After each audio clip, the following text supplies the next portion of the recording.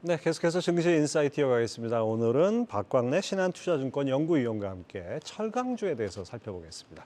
어서 오십시오. 안녕하십니까. 2달 만에 오신 것 같습니다. 네, 시간이 빠르네요. 네. 그동안 철강주 어땠습니까? 제가 3월 9일경에 여기 방송국을 나왔던 것 같은데 그때 제가 나왔을 때 중국에서의 그 양회 이벤트가 끝나고 예, 나서 그렇죠. 살짝 쉬어가는 분위기가 연출될 것이다라고 말씀드렸고 그 이후에는 이제 중국 안에서 조강 생산량이 증가를 하면서 좀 과잉 공급에 대한 우려가 커졌고 그래서 그런지 몰라도 중국 안에서의 철강제 가격이 지금 많이 좀 내려온 상태입니다. 예. 그래서 그때 당시에는 톤당 4,500위안 정도였는데 지금은 4,000위안이 안 되는 수준까지 내려왔으니까 10% 이상 지금 하락했다고 보시면 될 것 같아요. 중국의 뭐 대규모 경기 부양책 이런 기대도 있었는데 그건 어떻습니까? 부양책이 기대감은 있는데 그게 아직은 눈으로 보이고 있지 않는 상황인 것 같아요. 그래서 이제 4월 달 주택 판매 데이터도 좀 기대치를 하회하는 등 아직까지는 좀 기다려야 된다는 이 인식이 중국 현지에서도 있는 것 같다는 분위기입니다, 지금. 아무튼 뭐 중국의 리오프닝은 당초 기대했던 것만큼 이렇게 화끈하지 않은 것 같습니다. 아주 뜨뜻미지근하게 가는 것 같은데요. 네네네. 자, 그다음에 중국 최대 철강 기업이 사우디에 제철소를 건설했어요. 이게 중국과 사우디가 상당히 밀월 관계로 가는 것 같은데 국내 철강업계에도 영향이 좀 있겠죠? 사우디는 흔히들 이제 원유를 수출을 해서 돈을 버는 나라로 많이 알고 계시는데 그 사우디에서도 그런 이제 탈원유 경제 기반을 만들려고 노력을 하고 그렇죠. 있는 뭐 상황입니다. 네옴시티가 대표적인 네, 케이스죠. 맞습니다. 그래서 이제 지금 이제 비전 2030이라는 프로젝트를 진행을 하고 있고 지금 중국과의 협업은 그런 것에서 연장선이라고 보시면 될 것 같아요. 네. 예. 자, 그다음에 뭐 철강주 요즘 이게 포스코홀딩스는 이게 철강주라고 분류해도 되는지 모르겠는데 리튬 사업 영향으로 하여튼 개인들이 주가를 끌어올렸다 해도 과언이 아닌데요. 근데 연구위원님 그 리포트를 통해서 2025년 정도 돼야 흑자 전환이 이루어질 것으로 보셨어요. 왜 그렇습니까? 일단 포스코 홀딩스가 하고 있는 리튬 사업은 크게 이제 두 가지 갈래로 분류를 할 수 있습니다. 이제 염호형과 광석형이 있는데 네. 이제 염호형은 이제 많이 들으신 것처럼 아르헨티나에서 염수를 증발시켜 가지고 마치 우리가 소금을 염전해서 캐는 그렇죠. 것처럼 예. 거기서 이제 리튬을 캐는 방식이고 광석형은 이제 호주에서 광석을 수입해 가지고 리튬을 생산하는 것인데 이제 첫 번째 페이즈에서는 광석형이 먼저 생산을 할 걸로 지금 보여지고 있고요. 지금 이미 지금 시운전을 하고 있는 상태이기 때문에 고객 품질 인증 같은 것도 빨리 받을 수 있을 걸로 판단하고 있고 빠르면 2025년부터는 흑자 전환이 가능할 것이다라고 전망을 하고 있습니다. 25년이면 뭐 그렇게 먼 미래가 아니기 때문에 그렇죠. 그런 네. 기대감도 좀 있는 것 같습니다. 자, 뭐 최근에 이제 그 2차 전지 워낙 달리다 보니까 뭐 매도 리포트도 나오고 뭐 이런 상황인데 포스코홀딩스가 실적 개선 기대감보다 2차 전지 테마나 수급 쏠림 때문에 주가 과도하게 급등했다 이런 지적들이 나옵니다. 이 부분에 대해서는 어떻게 보십니까?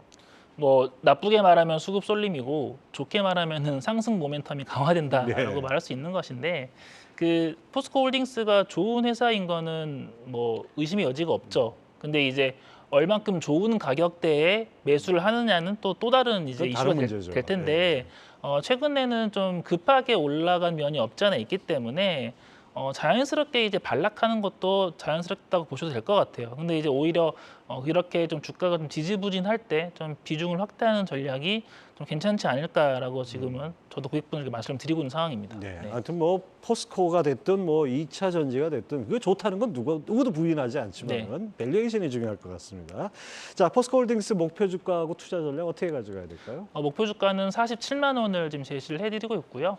앞서 말씀드린 것처럼 2차 전지 관련된 센티멘트가 살짝은 지금 쉬어가고 있는 분위기인 것 같기도 하고요. 또 중국에서의 철강 업황도 일단 5월, 6월까지는 조금 쉬어가는 장세가 예상이 되고 있기 때문에 포스코홀딩스의 주가도 비슷한 궤적을 그릴 것으로 판단하고 있지만 중국에서의 철강 경기 성수기는 이제 9월달, 10월달입니다. 이제 중국 건설 활동이 그때 가장 활발해지기 때문이죠. 그래서 이제 그때를 앞두고 주가나 실적은 좀 많이 회복을 하는 모습을 좀 예상을 하고 있어서 오히려 지금 매수를 하시는 게 괜찮지 않을까라고 감히 말씀을 드리겠습니다. 하여튼 포스코홀딩스의 철강 부분은 실적으로, 네. 그다음에 리튬 부분은 기대로 그렇죠. 이렇게 네네. 해서 주가를 받친다 볼 수 있겠네요. 자, 현대제철도 2분기부터 판매 가격 인상으로 실적이 좀 증가세로 전환될 것이다 이렇게 전망하셨는데요. 이게 추가로 좀 설명해 주시죠. 제가 3월 달에 나와서 말씀드렸던 것처럼 그 우리나라 철강 업체들의 판매 단가는 이제 중국 가격을 한 2개 분기 정도 후행을 합니다. 그래서 이제 중국 가격이 11월부터 반등을 시작했기 때문에 이제 올해 2분기에는 거의 모든 철강 업체들의 판매 단가가 오를 걸로 생각하시면 될 것 같고요.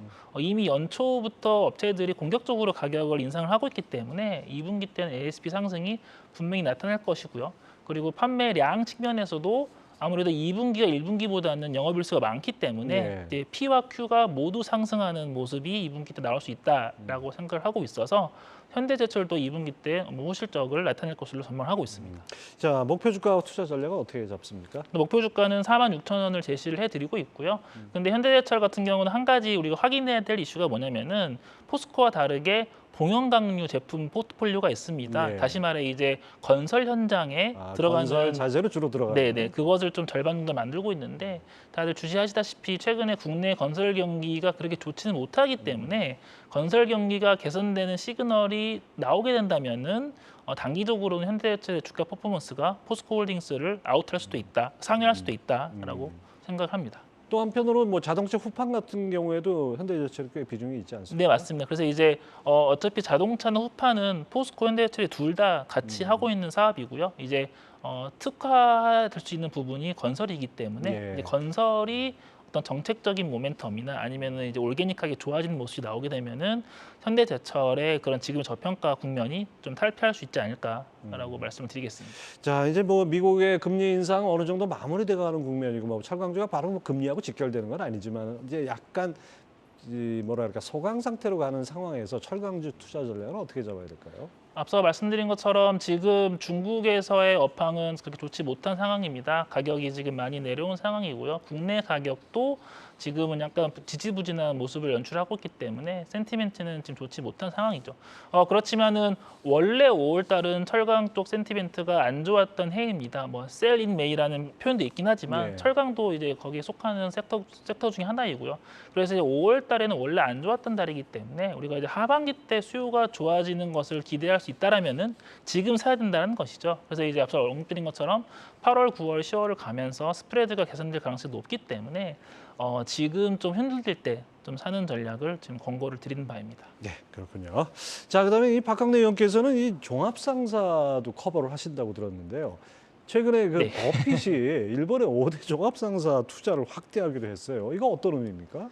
뭐 제가 첨언을 드리자면은 저랑 같이 일하는 최민희 연구원이 같이 지금 커버를 하고 예. 있다는 걸 먼저 말씀드리고요. 이제 버핏 할아버지가 이제 일본 상사 업체에 투자를 늘린 거는 여러 가지 측면이 있겠죠. 먼저 이제 워렌 버핏의 그런 사업 포트폴리오 다각화 측면에서 이제 일본 상사 업체를 픽한 걸로 판단하고 있고요. 그리고 최근에는 이제 일본 엔화 가치가 많이 지금 내려와 있기 때문에 그런 이제 포렌시 다이버시티피케이션 측면에서도 일본 쪽에 대한 투자를 늘린 게 아닌가라고 생각을 하고 있는 바입니다. 네, 하여튼 뭐 여러 가지 뭐 요인을 고려해서 투자를 했겠죠. 네네. 자, 우리나라 종합상사들도 최근에 뭐 사명을 바꾸거나 뭐 어떤 신사업에 나서고 뭐 이런 것들이 상당히 눈길을 끄는데요. 어떤 것들이 있습니까? 일단은 과거의 상사 업체라 함은 이제 그네들이 팔고 있는 제품 가격이 빠지게 되면은 이익도 같이 크게 흔들릴 수밖에 없는 예. 상황이기 때문에 최대한 사업을 다각화해서 좀 이익의 안정성을 높이는 게 이제 회사의 가장 큰 숙제였는데 이제 그러한 관점에서 새로운 사업들을 진출을 하고 있다라고 보시면 될 것 같고요. 특히나 지금 상사 업체들이 주로 지금 진출을 하려고 있는 신사업들이 이제 ESG 측면에서 이제 플러스가 될 수 있는 것들 위주로 지금 고려를 하고 있기 때문에 그런 측면들도 많이 반영이 되고 있는 게 아닌가라고 좀 생각을 하고 있는 바입니다. 이 상사 중에서는 뭐 가장 대표적인 게 옛 대우 네. 주대우였죠. 포스코 인터내셔널인데 뭐 여기 상당히 뭐 친환경 종합회사 뭐 이런 지향도 하고 뭐 식량, 에너지 이런 쪽에도 뭐 상당히 초점을 맞추고 있는데요. 1분기 영업이익이 2,796억, 전년 동기 대비 상승했습니다. 어떤 배경이 있었습니까? 일단은 그 포스코 인터내셔널의 주요 사업 부분 중에 하나가 이제 철강 트레이딩 부분인데요. 예. 이제 유럽을 비롯한 주요 지역으로 고부가 강제 판매가 괜찮았던 게 1분기의 스토리였습니다. 그래서 이제 그것 때문에 1분기 때 실적이 좋았다고 보시면 될 것 같아요. 네. 뭐 기존에 그 포스코 인터내셔널 식량 사업도 많이 했는데 네네네. 제가 듣기로는 그 우크라이나에 이제 거대한 사일로도 갖고 있고 뭐 이런데 전쟁 영향은 크게 미치지 않은 거죠. 전체 실적에 미치는 영향은 크지 않다라고 보시면 될 것 같고요. 일단 포스코 인터내셔널의 식품 사업 중에 가장 중요한 아이템은 이제 팜유 사업이죠. 네, 동남아에서 팜유를 재배해서 수출을 하는 비즈니스가 가장 주된 사업이다라고 보시면 될 것 같아요. 그다음에 박 의원님 그 리포트에 보니까 이 포스코 인터내셔널이 올해 사업 부문별로 성장이 가시화될 것이다 이렇게 보셨는데요. 설명 좀 해주시죠. 일단 주식시장에서 기대를 하고 있는 포스코 인터내셔널의 비즈니스는 크게 두 가지 정도입니다. 몇 년 전에 인수한 호주 세넥스 에너지에서 천연가스 생산량이 증가할 걸로 기대가 네. 되고 있고요. 그리고 이제 구동모터 코어라는 아이템의 또 판매가 늘 걸로 기대를 하고 있는데 그 구동모터 코어가 전기차 생산에 들어가는 또 아이템이기 때문에 그 2차 전지 및 전기차 센티멘트가 좋아지면서 포스코 인터내셔널의 그런 이제 관심도 같이 이제 올라가고 있는 분위기다라고 말씀을 드리겠습니다. 네, 포스코 인터내셔널 목표 주가와 투자 전략도 제시해 주시죠. 포스코 인터내셔널 목표 주가 37,000원을 제시를 하고 있고요. 앞서 말씀드린 것처럼 상사업이라 하면은 최근과 같이 이제 원자재 가격 하향 안정화 때는 실적이 안 좋을 수 있겠으나 포스코 인터는 이미 이제 사업 다각화에 성공한 상태에서 2분기, 3분기, 4분기 때도 좀 안정적인 실적 달성이 가능할 걸로 지금 전망이 되고 있습니다.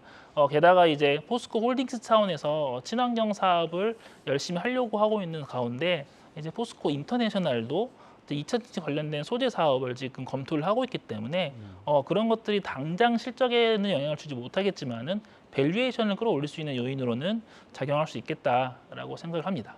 하여튼 포스코 그룹 전체의 사업 영역이 달라지는 거 이것도 좀 주목을 해서 볼 필요가 있을 것 같은데 그 핵심이 바로 포스코 인터내셔널 네, 아닌가 맞습니다. 네. 싶습니다. 또 하나 이 박 의원님 그 리포트에 그 LX 인터내셔널 1분기에 이어서 2분기도 실적이 안 좋은데 저평가 상태다 이렇게 주목을 해봐야 된다 보셨는데요. 그 실적이 안 좋아지는 속도보다 주가가 더 빨리 빠지게 되면은 이제 예. 우리가 밸류에이션 매력이 단기적으로 생겼다라고 말씀을 드릴 수 있을 것 같은데요. 이제 LX 인터내셔널이 이제 예시가 될 것 같아요. 2분기 때도 석탄 가격이 빠지기 때문에 자연스럽게 실적도 안 좋아질 걸로 판단을 하고 있지만 우리가 흔히 이제 밸류에이션 지표를 많이 쓰고 있는 PER 같은 경우가 LX는 지금 2배밖에 안 되고 있는 상태인 것이고요. 지금 배당 수익률, 그러니까 연말에 줄 배당 예상 수익률이 지금 8%를 지금 상회하고 있는 상태입니다. 엄청나게 높아졌네요. 네, 그래서 주가 그만큼 빠졌다는 얘기죠. 네, 그렇습니다. 그래서 이제 절대적인 밸류에이션 측면에서는 매력도가 올라와 있는 상태이기 때문에 조금 모니터링이 좀 필요한 종목이지 않을까라고 말씀을 드리겠습니다. LX 인터내셔널 목표 주가하고 투자 전략도 제시해 주시죠. 목표 주가 41,000원 지금 제시를 하고 있고요. 앞서 언급드린 것처럼 석탄 가격이나 전반적인 원자재 가격 하향 안정화 때문에 실적에 대한 변동성은 좀 커질 수 있다라는 게 단점이긴 하지만은 오히려 그 지금처럼 원자재 가격이 내려올 때는 지금 회사가 준비하고 있는 예를 들어서 니켈 광산 투자 같은 거는 오히려 더 쉽게 접근할 수 있는 가능성이 그렇죠. 생기거든요.